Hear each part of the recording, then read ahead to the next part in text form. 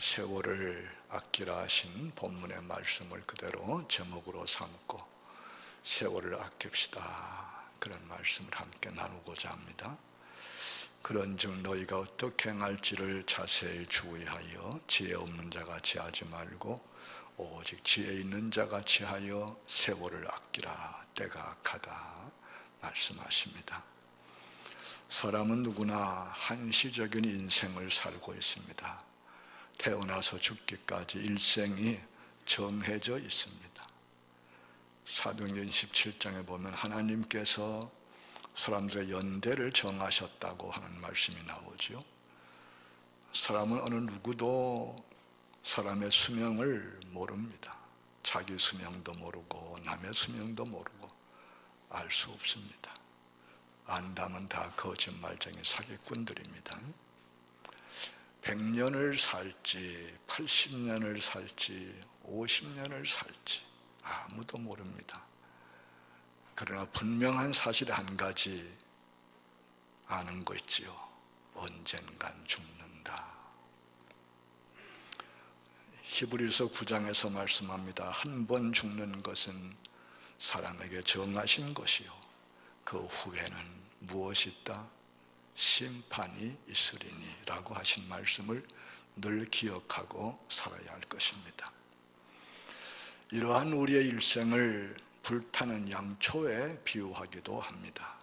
요즘은 주로 상가, 빈소에서 많이 볼 수 있는 양초, 일단 불이 당겨지면 시간이 경과하는 대로 녹아서 일정한 시간 지나면은 다 녹아 없어지게 되죠.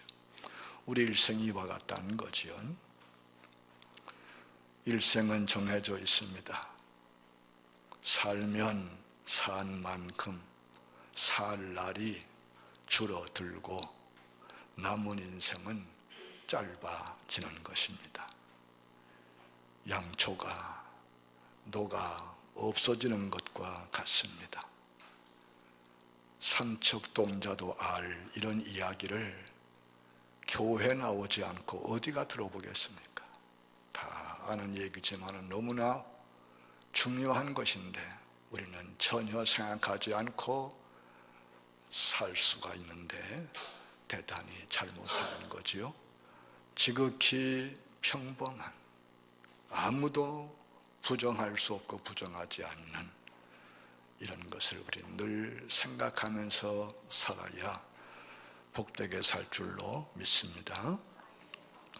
이런 우리가 일생을 후회 없이 값지고 보람되게 살려고 하면 세월을 아껴야 한다는 거죠. 열심히 땀 흘려 번 돈을 보람있게 잘 쓰기 위해서 절약하고 아끼는 것과 마찬가지죠. 돈을 절약할 줄 알고 아껴 쓸 줄 아는 사람이 그 돈을 보람있게 쓸 수 있고 값지게 쓸 수 있는 거지요. 유한한 일생을 사는 사람이 세월을 아낀다는 것은 지혜 중에 지혜입니다. 다시 한번 본문의 말씀을 경청하세요. 그런즉 너희가 어떻게 행할 것을 자세히 주의하여 지혜 없는 자같이 말고 오직 지혜 있는 자같이 하여 세월을 아끼라, 때가 악하니라. 지혜 있는 사람은 세월을 아낀단 말이지요. 세월을 아끼는 사람이 지혜로운 사람이란 말이지요. 여러분들은 다 세월을 아끼는 지혜로운 사람들이 되기를 원합니다. 여기 세월을 아낀다는 말은 헬라어 성경에는 기회를 산다는 말로 되어 있다는 거 다들 아시지요? 여기서 산다는 말은 속량한단 말인데 어떤 것을 사기 위해서 대가를 치르는 것을 의미하는 거예요. 그러니까 기회를 사기 위해서 어떤 대가를 치른단 말인데 어떤 대가를 치르지 않고는 기회를 살 수 없고 대가를 치르지 않고는 세월을 아낄 수 없다는 말입니다. 본문에서 대가를 치르고 살아 하신 기회, 무엇을 위한 기회일까요? 요거 바로 아는 게 참 중요하지요. 우선 출세하고 입신양명하기 위한 기회일까요? 부자가 되고 호의호식하기 위한 기회일까요? 마음껏 즐기면서 살기 위한 기회일까요? 물론 아닙니다. 간단히 얘기하면 우리가 세월을 아끼고 기회를 사야 한다는 것은 우리 주님의 뜻을 알고 준행하기 위해서라는 거예요. 주님의 뜻이 무엇인가를 이해하고 그 뜻을 준행하기 위해서 기회를 사라는, 세월을 아끼라는 얘기죠. 다시 한번 얘기합니다. 사람은 누구도 예외 없이 한시적인 일생을 살고 있습니다. 무한히 사는 것이 아닙니다. 우리에게 주어진 시간이 무한하지 않습니다. 이러한 우리가 하고 싶은 일은 많겠지요. 그러나 어떤 일이건 일할 수 있는 시간은 한정되어 있습니다. 하고 싶다고 다 할 수 있는 것이 아닙니다. 이것을 하면 저것은 할 수 없지요. 저것을 하면 이것은 할 수 없지요. 더 나아가서는 하고 싶은 일만이 아니라 해야 할 일들도 다 할 수 없습니다. 이러한 우리들이 인생을 가장 보람있게 잘 사는 지혜가 주님의 뜻이 무엇인가를 이해하고 준행하기 위해서 세월을 아끼는 것이라 하시는 말씀을 잘 경청하고 가슴에 새겨야 할 것입니다. 어떻게 세월을 아낄까요? 어떻게 기회를 살까요? 본문의 그 방법을 자세히 말씀하는데 그 첫째가 술 취하지 말라는 것입니다. 술 취하지 말라. 술은 육체의 기쁨과 즐거움을 추구하는 방법 가운데 어쩌면 대표적인 것이 아닐까 생각합니다. 육체의 쾌락, 육체의 즐거움, 육체적인 뭘 이루기 위한. 사람이 술에 취하면은 제정신이 아니라면서요. 전 술을 먹어보지 않아서 전혀 술에 대해서 모릅니다만은 성경에 그렇게 말씀하대요. 잠언 23장에 이런 말씀이 나오잖아요. 술 취한 사람 두고 얘기합니다. 내 눈에는 괴이한 것이 보일 것이고 내 마음은 구부러진 말을 할 것이며 너는 바다 가운데 누운 자 같을 것이고 돛대 위에 누운 자 같을 것이며 내가 스스로 말하기를 사람이 나를 때려도 난 아프지 아니하고 나를 상하게 해도 내게 감각이 없도다. 내가 언제나 깰까 다시 술을 찾겠다 할 것이라고 얘기했습니다.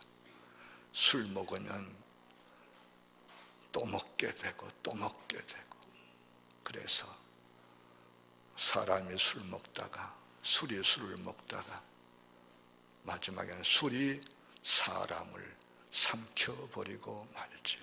그 파멸이지요. 잠언서 얘기합니다. 그것이 술이 마침내 뱀같이 물 것이고 독사같이 쏠 것이다.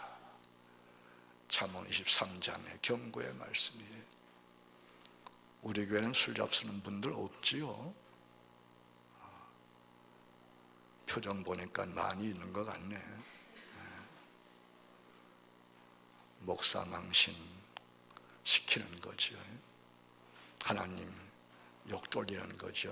여러분도 술 먹지 마시오. 아멘 하지 않는 거 봐. 술 먹지 말아요. 술 안 먹고도 잘 살 수 있어요. 술 먹지 말고 살아요.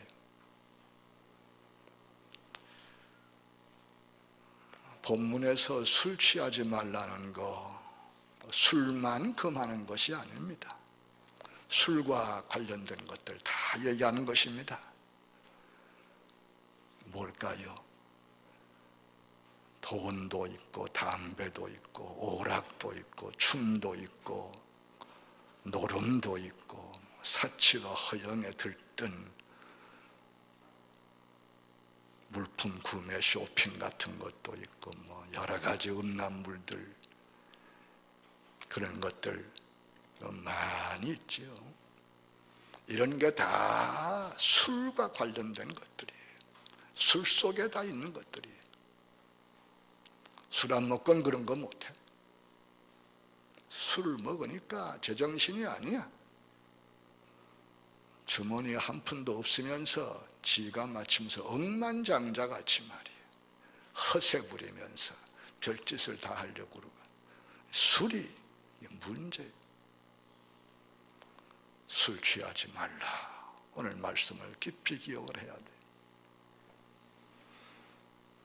어떤 잔머리 잘 굴리는 사람이 술 취하지 말라 이 말 보고 그렇지 술 취하지 말라 했지 뭐 술 먹지 말라 그랬나.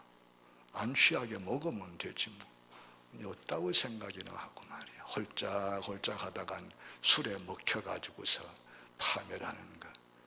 그런 꼴도 많이 보잖아요. 성경은 술을 보지도 말라고 얘기했어요. 잠언 23장 21절 얘기에 술을 보지도 말라는 거예요. 보면 그 먹고 싶고 충동이 생기니까 보지도 말라는 거예요. 이 말씀의 중요한 뜻은 육체의 욕망, 쾌락을 추구하지 말라는 얘기입니다. 육체의 욕망과 쾌락을 추구하면서는 세월을 아낄 수 없고 기회를 도무지 살 수 없다는 얘기입니다. 아멘. 여러분 다 술 취하지 말고 술을 멀리 하면서 살 수 있는 돈 좀 적게 벌어도 괜찮아요. 술 때문에 출세 못해도 괜찮아요. 술 가지고 출세하는 사람들 대단히 위험한, 그 나중에 어떻게 될지 몰라요. 눈앞에 거 눈 멀지 말고 멀리 생각하면서, 우리나라에도 유명한 신앙인들 술 절대 먹지 않고 탈세 절대 하지 않고도 큰 기업을 이룬 크리스찬들이 얼마나 있습니까, 여러분들? 우리는 그런 분들을 봐야 돼요.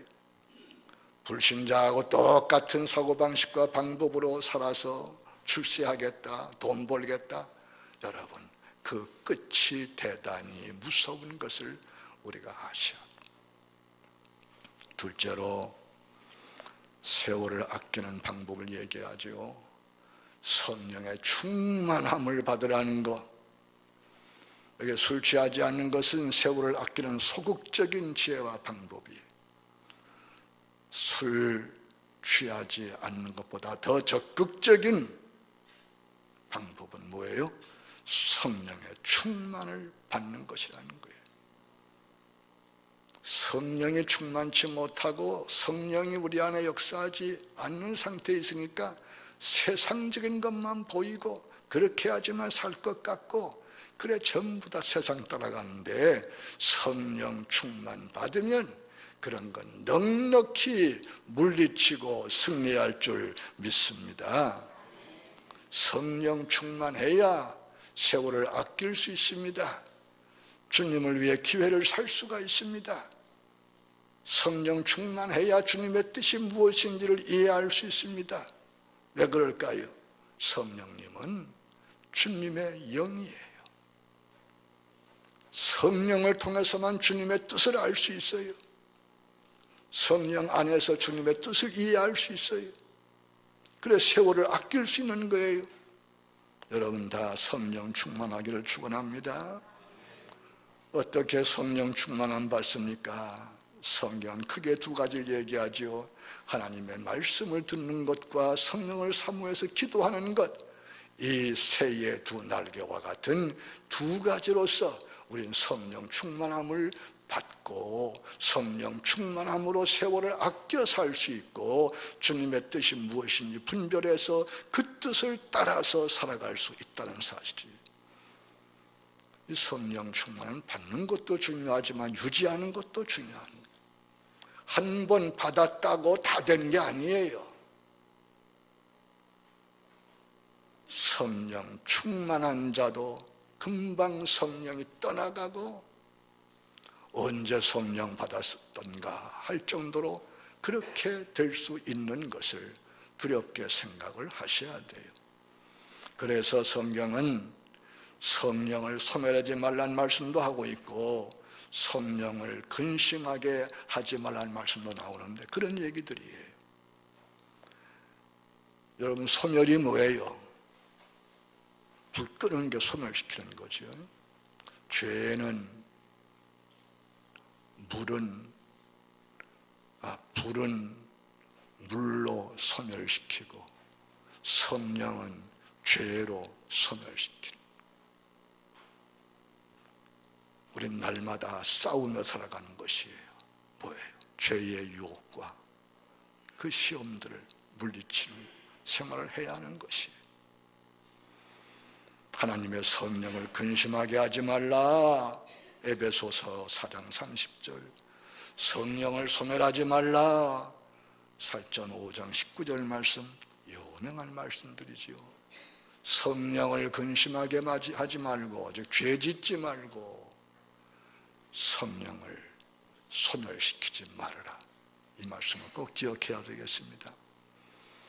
또 한 가지는 찬양하는 것을 말씀하고 있습니다. 세월을 아껴 살려면은, 기회를 살려면은 찬양을 하라는 거예요. 찬양을 많이 하라는 거예요. 찬양하는 것이 세월을 아끼고 기회를 사는 것이에요. 왜요? 찬양하는 것은 주님의 뜻이기 때문이에요.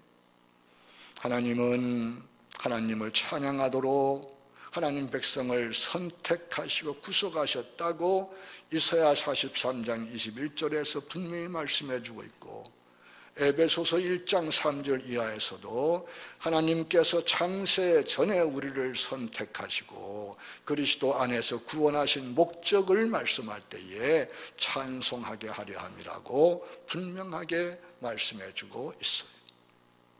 찬양이 뭐예요? 찬송이 뭐예요?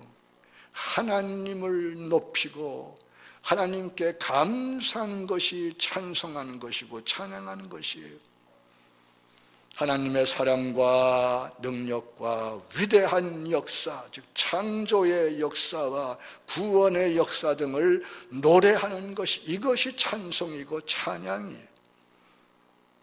이 찬양은 성령 충만의 결과예요. 성령이 충만하면 하나님을 알고 하나님을 알면 찬양하게 돼 있어요. 성령 충만하면 하나님의 사랑과 능력과 위대하신 역사를 알게 되고 믿게 되고, 그래 자연스레 찬양하게 되는 것이. 이 찬양은 감사와 기쁨에서 나오는 것이죠. 솟아나는 것입니다. 우러나오는 것입니다. 그래서 하나님이 기뻐하시고 원하시는 것입니다. 하나님은 언제나 우리의 가장 좋은 것을 주시고 우리 하나님을 믿고 하나님께 감사하고 하나님 찬양하기를 원하시지. 이 찬양은 하나님을 만나는 기회, 길입니다. 하나님은 찬송 가운데 계신다고 성경은 말씀해 주고 있죠. 우리가 찬송할 때 하나님께서 오셔서 그 찬양을 받으시며 역사하시는데 옥문도 열어주시고 착고도 풀어주시고 매인 것도 풀어주시고 질병도 치료해 주시고 악령도 쫓아내어 주시고 역사하시는 사실을 믿으시기 바랍니다. 이러한 찬양의 삶 속에, 이런 찬양 속에서 우리는 세월을 아껴 살 수 있고 주님의 뜻을 이해하고 따라갈 수 있음을 기억하시기 바랍니다. 우리 일생은 다 한정되어 있습니다. 아무도 내일을 알 수 없습니다.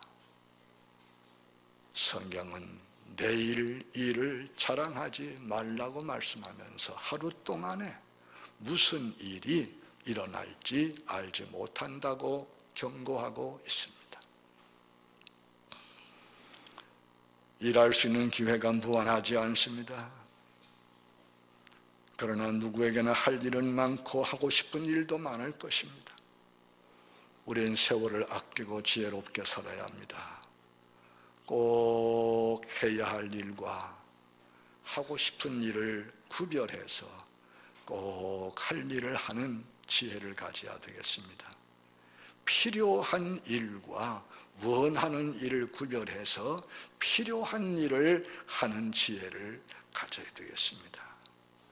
꼭 할 일을 필요한 일 중에서도 더 필요한 것과 덜 필요한 것을 구별하고 먼저 해야 할 것과 나중 할 일을 구별해서 더 필요한 일을 먼저 하고 먼저 할 일을 먼저 하는 지혜를 발휘하며 살아야 되겠습니다.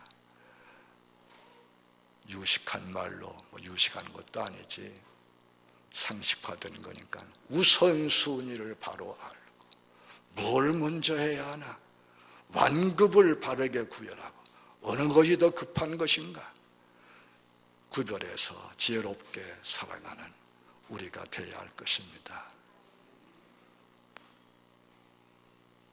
지난 수요일 보니까 뒤에 이 아름다운 나무 하나가 쭉 처져 가지고서 숨이 넘어가요. 그래서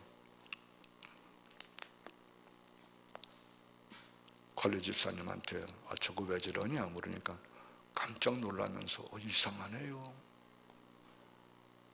월요일마다 똑같이 물을 주고 엊그제도 물을 줬는데요. 그래, 그러면 드러내놓고 한번 살려보자. 이게 축 처진 게 이게 금방 소생합니까? 금요일 날 종일 총회 나가서 힘겹게 일하고 저녁에 나와 보니까 이 앞에 너무 보기가 속이 상하고 너무 안 좋아. 저 모니터 보니까는 저기 서 있는 목사 얼굴이 영 충충하니 금요일 안 나오신 분들은 모르지 저게 무슨 얘기인지 아마 나온 분들은 느꼈을 거예요. 왜 저럴까?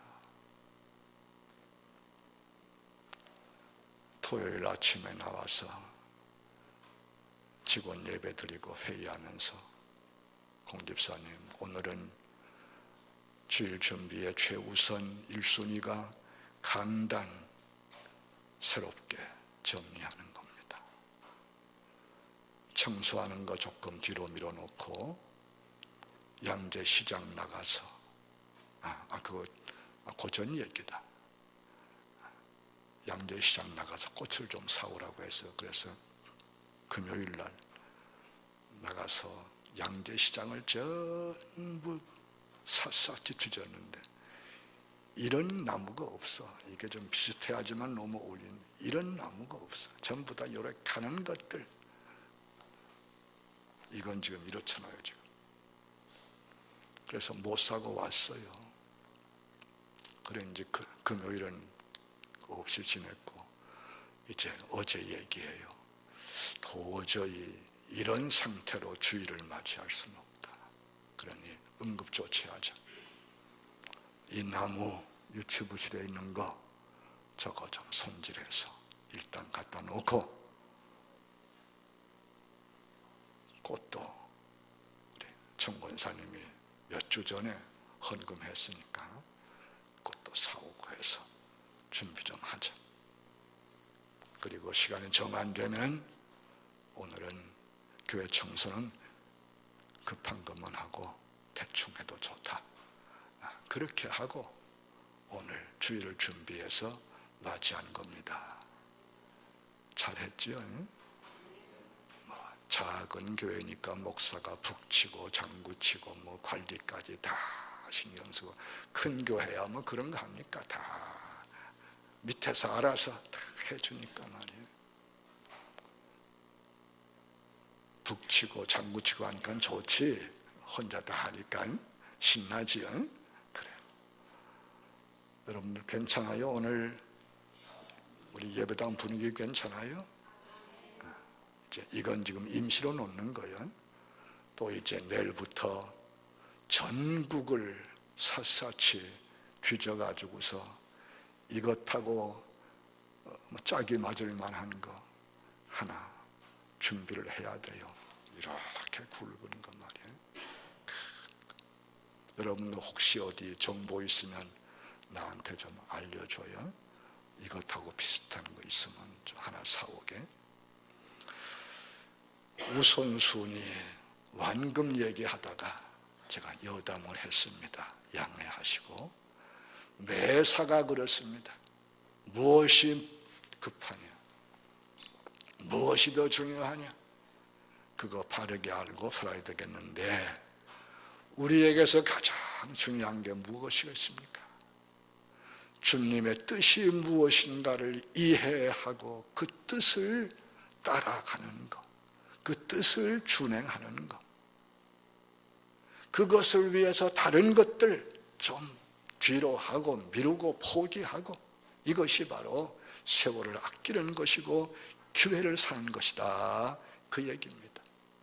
여러분들은 하나님의 백성들로서, 거듭난 성도들로서, 땅의 것이 전부가 아닌 하늘의 소망을 가진 분들로서 우선순위를 잘 알고 일의 완급을 잘 알고 하나님의 뜻이 무엇인가를 이해해서 세월을 아끼는, 기회를 사는 여러분들 되어서 날마다 승리하고 승리의 개선가로 하나님을 높이 찬양하고 하나님 앞에서 잘했다 칭찬 들으며 면류관 받는 귀한 성도들이 다 되시기를 축원합니다.